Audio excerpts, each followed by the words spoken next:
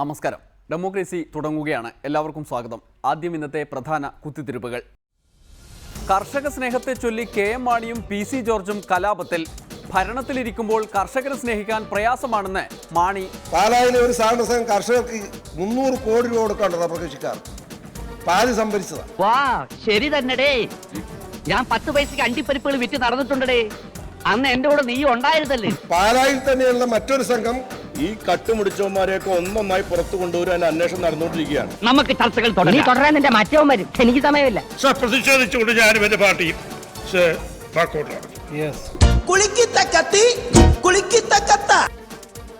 പുലിമുരുകൻ നിയമസഭയിൽ. G. സുധാകരനാണ് ആ പുലിമുരുകൻ എന്ന് ആരാധകർ. പുലിമുരുകന്റെ മായിക വലയത്തിൽ പെട്ടുപോകരുതെന്ന് UDF MLA മാർക്ക് പ്രതിപക്ഷ നേതാവിന്റെ മുന്നറിയിപ്പ്.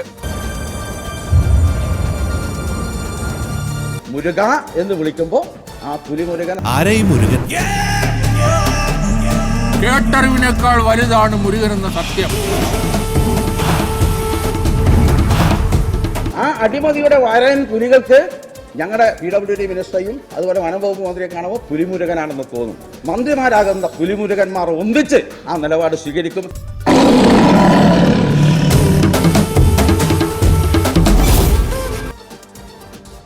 EP ജയരാജനോട് ലീഗിന് സ്നേഹം. ജയരാജേട്ടനെ മനസ്സിലാക്കാൻ വൈകിപ്പോയെന്ന് PK ബഷീർ. എല്ലാവരും കൂടി ഈപ്പിന്റെ മേലെ കൂടി. സത്യമാണോ ഈ പറയുന്നത്? ആ പാവം ജയരാജ മിനിസ്റ്റർ ഒരു വർത്താനം പറഞ്ഞപ്പോൾ എല്ലാവരും ഉണ്ടായിരുന്നു. എന്തുകൊണ്ട് ഇത് നേരത്തെ പറഞ്ഞില്ല? ഒരു ചെറിയ അബദ്ധമൊക്കെ മനുഷ്യന് പറ്റി. അതിപ്പോ കൂടെ ക്ഷമിക്കണം. ഈ സത്യം അറിയാൻ വൈകിയത് കൊണ്ടാണ് എനിക്ക് തെറ്റിദ്ധാരണകൾ ഉണ്ടായത്. സ്വന്തം ഫ്യൂസ് പോകാതിരിക്കാൻ ആനകളെ മെരുക്കി ശക്തി സംഭരിക്കാൻ ദേവസ്വം മന്ത്രി. ഏത് ആനയെ മെരുക്കാനും താൻ മതിയാകുമെന്ന് അവകാശവാദം.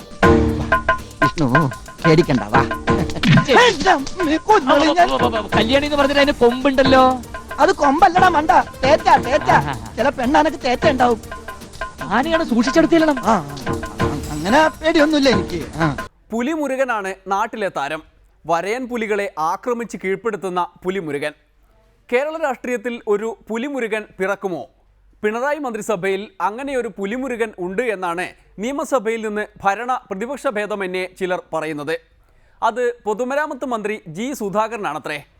പൊതുമരാമത്തിലെ അഴിമതി പുലികളെ കീഴ്പ്പെടുത്തുന്ന പുലിമുരുകനായി അവതരിക്കാൻ ചില കോൺഗ്രസുകാർ സുധാകരനോട് ആഹ്വാനം ചെയ്തപ്പോൾ ഈ പുലിമുരുകനിൽ പ്രതീക്ഷയുണ്ടെന്ന് മറ്റു ചില മുസ്ലിം ലീഗുകാർ പറയുന്നു.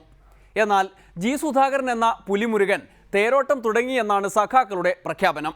നിയമസഭയിലെ പുലിമുരുകനെ കുറിച്ചുള്ള സിനിമയുടെ ട്രെയിലർ പുറത്തിറങ്ങിയിരിക്കുന്നു. ട്രെയിലറിൽ കോൺഗ്രസിൽ നിന്ന് അനിൽ അക്കര, മുസ്ലിം ലീഗിൽ നിന്ന് PK ബഷീർ, CPIM നിന്ന് A. പ്രദീപ് കുമാർ എന്നിവരാണ് ആരാധകരായി അഭിനയിക്കുന്നത്. അപ്പോൾ ആ സ്വപ്ന സിനിമയുടെ ട്രെയിലർ കാണാം.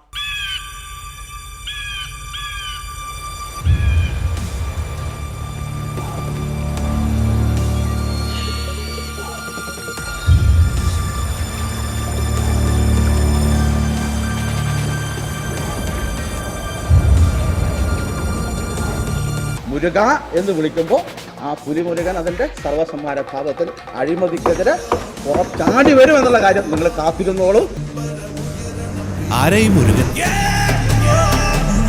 കേട്ടറിവിനേക്കാൾ വലുതാണ് മുരുകൻ എന്ന സത്യം.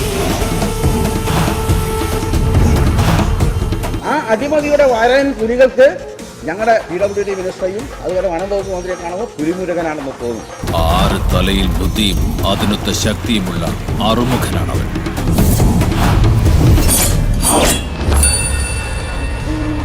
നരഭോജികളായ വരയം പുലികൾക്ക് അന്തകനാകാൻ അവതാരമെടുത്തവൻ. ബഹുമാനായ പൊതുമരാമത്ത് മന്ത്രി അദ്ദേഹം 2ാമത്തെ നിരയിൽ നിന്നും 1ാമത്തെ നിരയിൽ വന്നത് ഏറെ സന്തോഷമുള്ള കാര്യമാണ്. അദ്ദേഹം അഴിമതിക്കെതിരായി പോരാടുന്ന ഒരാൾ കൂടിയാണ്. അദ്ദേഹം ഈ ടോളിന്റെ വിഷയത്തിലും ഈ പുലിമുരുകനായി മാറണം. അല്ലാതെ ഡാഡി ഗിരിജയെ പോലെ അദ്ദേഹത്തെ അടിപ്രതരുത്.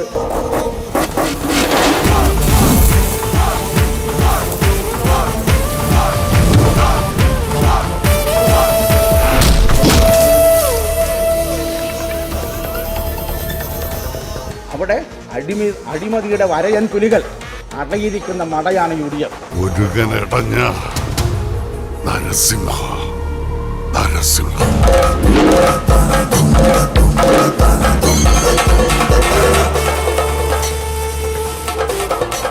ഉദ്യോഗസ്ഥ മന്ത്രിമാരൊക്കെ നിങ്ങൾ നിലക്കിർത്തിയിട്ട് വളരെയധികം നിങ്ങൾ അഭിനന്ദനം അറിയിക്കുന്ന ഒരു മന്ത്രി. നിങ്ങൾ അഴിമതിക്കാരനല്ല, നിങ്ങൾ 100% 100% പെർഫെക്റ്റ് ആണെന്ന് എനിക്കറിയാം. ഒലി പതുങ്ങുന്നത് ഒളിക്കാനല്ല, ഉദിക്കാനാണ്. അഴിമതിക്കെതിരെ വിട്ടുവീഴ്ചയില്ലാത്ത പുലിക്കെതിരെ അഴിമതിയുടെ വരയൻ പുലികൾക്കെതിരെ വിട്ടുവീഴ്ചയില്ലാത്ത നിലപാട് ഇടതുപക്ഷ ജനാധിപത്യ മുന്നണി ഗവൺമെന്റിലെ മന്ത്രിമാരാകുന്ന പുലിമുരുകന്മാർ ഒന്നിച്ച് ആ നിലപാട് സ്വീകരിക്കും.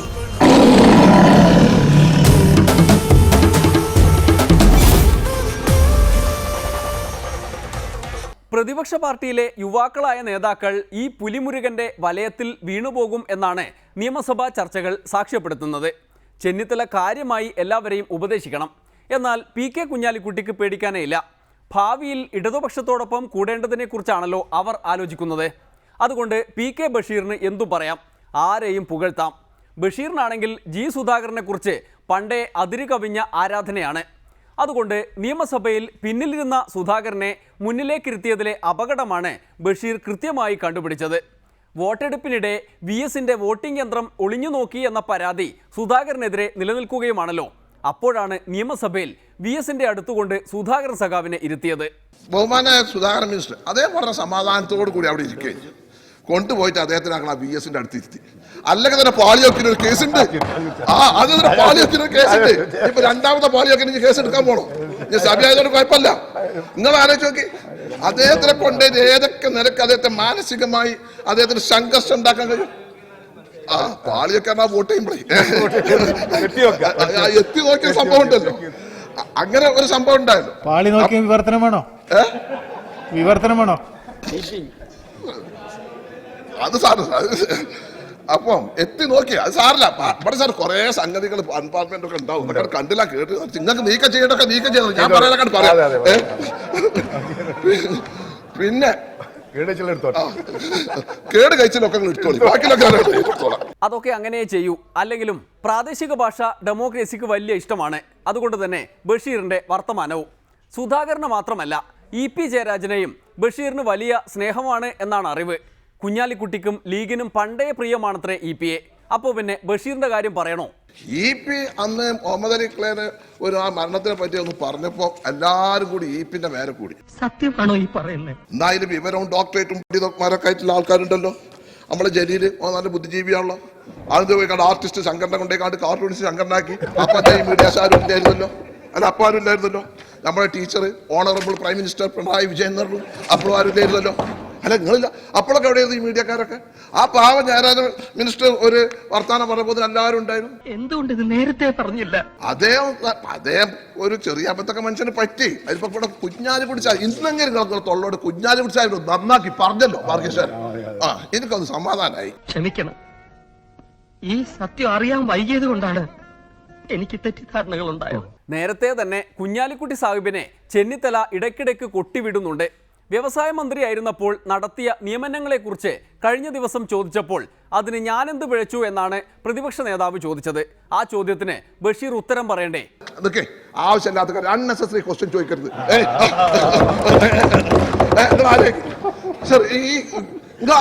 ഈ ഒരു സീരിയസ് മാറ്റർ പറയുമ്പോൾ പറയാൻ പറ്റും. എന്നാ പിന്നെ വിട്ടേക്കാം. അല്ലെങ്കിലും സീരിയസ് മാറ്റർ പറയുമ്പോൾ അൺനെസസറിയും അൺപാർലമെന്ററിയുമായ ചോദ്യങ്ങൾ ചോദിക്കാൻ പാടില്ല എന്നാണല്ലോ. EP-യുടെ കാര്യം തന്നെ ആയിക്കോട്ടെ. EP-യെ മന്ത്രിസഭയിൽ നിന്ന് പുറത്താക്കിയത് എന്തൊരു ചെയ്ത്തായിരുന്നു. EP-നെ പറഞ്ഞിട്ട് കാര്യമില്ല.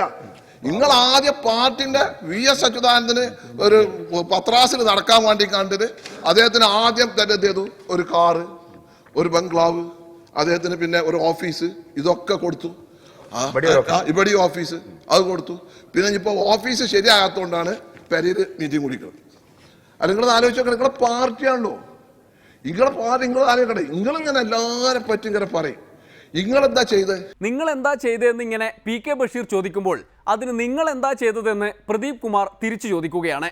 കഴിഞ്ഞ 5 വർഷമായി കേരളത്തിലെ സകല പൊതുമരാമത്ത് പണികളും തീരെ സൗന്ദര്യബോധമില്ലാത്തവരെ കൊണ്ട് ചെയ്യിച്ച് അഴിമതിയും സൗന്ദര്യമില്ലായ്മയും മൂലം കുളമാക്കി. റോഡിന് എന്തിനാണ് സൗന്ദര്യം എന്നൊക്കെ ചോദിക്കുന്നവർക്ക് പ്രദീപ് കുമാറിന്റെ കയ്യിൽ ഉത്തരമുണ്ട്. സർ, എനിക്കൊരിക്കൽ ചൈനയിൽ ഒരു യാത്ര പോകാൻ ഒരു അവസരം ഉണ്ടായി. ഞാനും ഇവിടുത്തെ സുനിൽ കുമാറൊക്കെ ഉണ്ടായിരുന്നു. ലോകത്തിലെ ഏറ്റവും നീളം കൂടിയ പാലത്തിലൂടെ യാത്ര ചെയ്യാൻ അവസരം ഉണ്ടായി. ഈസ്റ്റ് ചൈന ഉൾക്കടലിൻ്റെ മുകളിലൂടെയുള്ള പാലം 35 കിലോമീറ്ററാണ് ആ പാലത്തിൻ്റെ നീളം.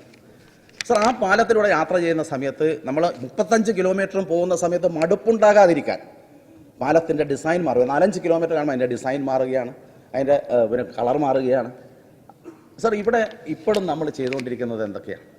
വളരെ പണ്ട് കാലത്ത് ആരോ വരച്ചു വെച്ച ഒരു സാധനം നീളവും വീതിയും കൂട്ടി തരികയാണ് ഇവിടുന്ന്. സൗന്ദര്യശാസ്ത്രം എന്ന് കേട്ടാൽ മതി അപ്പോൾ തന്നെ കാതുകൂർപ്പിക്കുന്ന ആളാണ് കവി മന്ത്രി ജി സുധാകരൻ. കേരളത്തിലെ റോഡുകൾ ഇനി സൗന്ദര്യത്തിന്റെ കേദാരങ്ങളായിരിക്കുമെന്ന് കാവ്യാത്മകമായ ഭാഷയിൽ കവി മന്ത്രി അങ്ങ് പ്രഖ്യാപിച്ചു. പഴയ ഗ്രന്ഥങ്ങളൊക്കെ എടുത്ത് വായിച്ചു നോക്കൂ. വളരെ എസ്തറ്റിക്കലായ സൗന്ദര്യ നിർമ്മാണമാണ്. ഒരു റോഡ് നിർമ്മിച്ചാൽ ഒരു കവിത എഴുതുന്ന പോലാണ് ഒരു പെയിന്റിംഗ് നടത്തുന്നത്, ഒരു പീസ് ഓഫ് ആർട്ട്. നിങ്ങൾ ഇത്രയും കഴിവുള്ളതാണെന്ന് വിചാരിച്ചില്ല. Thank you. ഞാൻ എന്റെ സ്റ്റൈലൊന്ന് മാറ്റുകയാണ്. വായി തോന്നുന്നത് കോതയ്ക്ക് പാട്ട് എന്ന മട്ടിൽ വല്ലതും വലിച്ചുവാരി എഴുതിയാൽ ഫോക്ക് കവി എന്ന പേരിൽ ചുളുവി രക്ഷപ്പെടാം. പിന്നെ എന്റെ പേരിന്റെ അറ്റത്ത് വല്ല കരയെന്നോ കൊമ്പെന്നോ എഴുതി ചേർക്കും. അതാണ് എഞ്ചിനീയറിംഗ് കോളേജ് പഠിപ്പിക്കുന്നത്. എഞ്ചിനീയറിംഗ് കോളേജ് പഠിക്കാൻ പോയിട്ടില്ലെങ്കിലും നമ്മളിതൊക്കെ വായിക്കാറുണ്ട്. എസ്തെറ്റിക്കലായിട്ടുള്ള ഒരു ആസ്പെക്ട് അതിനുണ്ട്. പൂർണ്ണമായി സയൻറ്റിഫിക്കാണ്, മാത്തമാറ്റിക്കൽ കാൽക്കുലേഷനാണ്. കാൽക്കുലേഷൻ തെറ്റുന്നതുകൊണ്ടാണ് റോഡ് പൊളിയുന്നത്. തെറ്റുന്നതാണ് തെറ്റിക്കുന്നതുകൊണ്ട് അതിലേക്ക് ഞാൻ കിടക്കത്തില്ല. പോസ്റ്റ്മോർട്ടം ഉണ്ടാക്കിയാലും അതെന്താ എഴുതിയിട്ട് കുഴിച്ചിടോ? നോ, റിയലിസ്റ്റിക് പോയട്രി ആർക്കും പിടികിട്ടും. അല്ലാതെ ഒരു വട്ടം കൂടി എൻ ഓർമ്മകൾ മേയുന്ന തിരുമുറ്റത്തെത്തുവാൻ മോഹം എന്നൊന്നും ഞാൻ എഴുതിയില്ല. കാരണം ഓർമ്മകൾ ആടുകളെയോ പശുക്കളെയോ പോലെ മേയാറില്ല. ഇനി അഥവാ മേഞ്ഞാൽ തന്നെ ആരും മിറ്റത്ത് കയറാൻ സമ്മതിക്കില്ല, അടിച്ചോടിക്കും. പോസ്റ്റ്മോർട്ടം ഉണ്ടാക്കിയാലും ആർട്ട് ഗാലറി ഉണ്ടാക്കിയാലും സ്കൂൾ ഉണ്ടാക്കിയാലും എല്ലാം ഒരുപോലെ. ഓട ഉണ്ടാക്കിയാൽ വാനാടുന്ന ചീങ്കണ്ണി വാതുറന്ന പോലെ ഇങ്ങനെ സത്യാതല്ലേ. മേൽനോട്ടം എന്ന് പറഞ്ഞാൽ എഞ്ചിനീയർമാർ മേലോട്ട് നോക്കുകയാണ്.